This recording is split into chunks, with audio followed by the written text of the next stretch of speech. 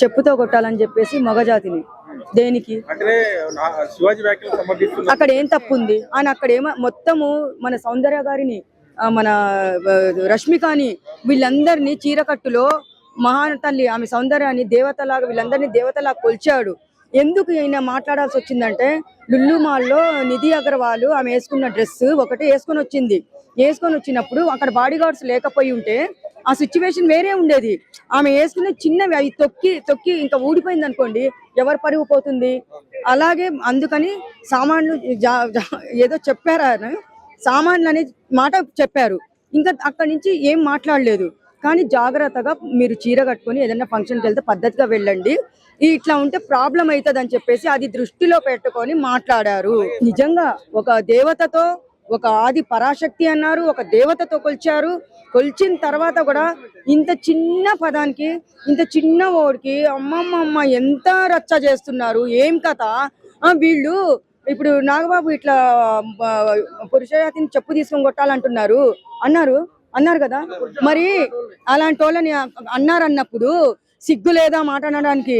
మా ఆడపిల్లల్ని దారుణంగా రేపులు చేసి చంపుతున్నారు, చిన్న పిల్లల్ని వదలకుండా చంపుతున్నారు, ముసలి కూడా చూడకుండా ఈ కామాంధులు చంపేటప్పుడు ఆ మాటలు ఎందుకు రావట్లేదు బయటికి? ఎందుకు మాట్లాడడం లేదు? ఆడపిల్లల మీద దౌర్జన్యాలు జరిగేటప్పుడు ఎందుకు మాట్లాడడం లేదు? ఇప్పుడు ఈ చిన్న విషయానికి అంతంత బయటకు వస్తున్నారు. ఏం అనసూయకి సపోర్ట్ చేస్తున్నారా వీళ్ళు? ఆ మహాతల్లి వేసుకున్న చండాల డ్రెస్సులు చెప్పుకోమని చెప్పండి. ఆమె అంటుంది ఆమె కూడా ఒక ఆడదే కదా, మరి ఆమె వేసుకున్న గలీజ్ బట్టల గురించి మాట్లాడమని చెప్పండి. ఆయన సారీ కూడా చెప్పారు, అయిపోయింది. అది సారీ చెప్పిన పద్ధతి వేరంట. ఆయన నిద్రలో వచ్చి చెప్పారని చెప్తుంది, తాగి ఫుల్గా తాగి సారీ చెప్పారు, మాకు అది నచ్చలేదు అని చెప్తుంది. వీళ్ళిద్దరు పేర్లు ఏం తీయలేదు కదా ఆయన. అనసూయ ఇలాంటిది, చిన్మయి ఇలాంటిది అని తీసాడా? ఎక్కడన్నా ఏ వీడియోలోనే చెప్పాడా? చెప్పలేదు కదా. మరి ఇన్ని దారుణాలు జరిగేటప్పుడు, భార్యల్ని చంపేటప్పుడు, భర్తలు వచ్చి చంపేటప్పుడు, చిన్న అభంశుభం తెలియని ఆడపిల్లల మీద దౌర్జన్యాలు జరిగినప్పుడు మీరెందుకు నోర్లు ఎత్తట్లేదు? ఇప్పుడు ఎందుకు మగవాళ్ళని మీరు అది ఇది అని చెప్తున్నారు? ఏం వాళ్ళిద్దరు సపోర్ట్ చేస్తున్నారా? ఇది బాగానే చెప్పారులేండి, కానీ ఇది ఎంతవరకు పోతుందో తెలియదు. కానీ ఇప్పుడు ఆయన వైపు చాలా మంది సపోర్ట్ గానే మాట్లాడుతున్నారు. ఆ ఒక్క విషయమే ఇట్లా చెప్పారు, ఏదో నోరు జారి అని ప్రతి దాంట్లో టక్కని నోరు జారుతారు, మళ్ళీ క్షమాపణ చెప్తారు.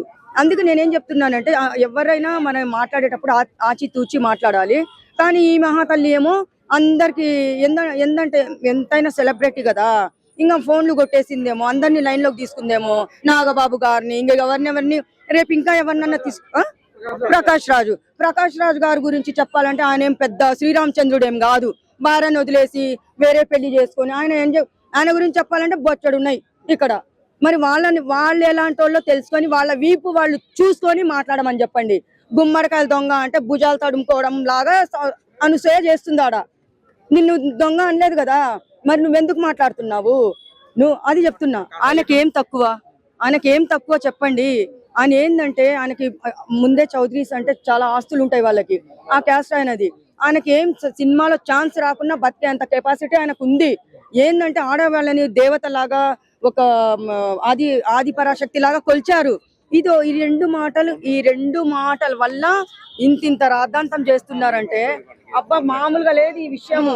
ఏంటంటే ఇప్పుడు పాపము ఈమె ఏదో బాధపడి వాళ్ళ ఫోన్లు కొట్టేసి ఉంటది, మహాతల్లి అనసూయ గారు ఫోన్లు కొట్టేసి నాగబాబు గారు చూడండి మాకు సపోర్ట్ చేయండి అని ఏదో అంటారు. మెగా ఫ్యామిలీ కదా, వాళ్ళు ఏం మాట్లాడినా చల్లుతుంది. కానీ ఆయన అక్కడ ఏం తప్పు మాట్లాడలేదు. ప్రతి ఒక్కరు సపోర్ట్ చేసే మాట్లాడుతున్నారు. కానీ ఆయన అన్నది ఫస్ట్ అమ్మవారి లాగానే దేవతలతోనే కొల్చాడు ఆయన. అదొక్క మాట వల్ల ఎందుకు లుల్లుమాల్లో జరిగిన ఇన్సిడెంట్ మైండ్ లో పెట్టుకొని అలా ఉండకూడదండి, కొంచెం జాగ్రత్తగా ఉండండి అని చెప్పాడు. అది తప్ప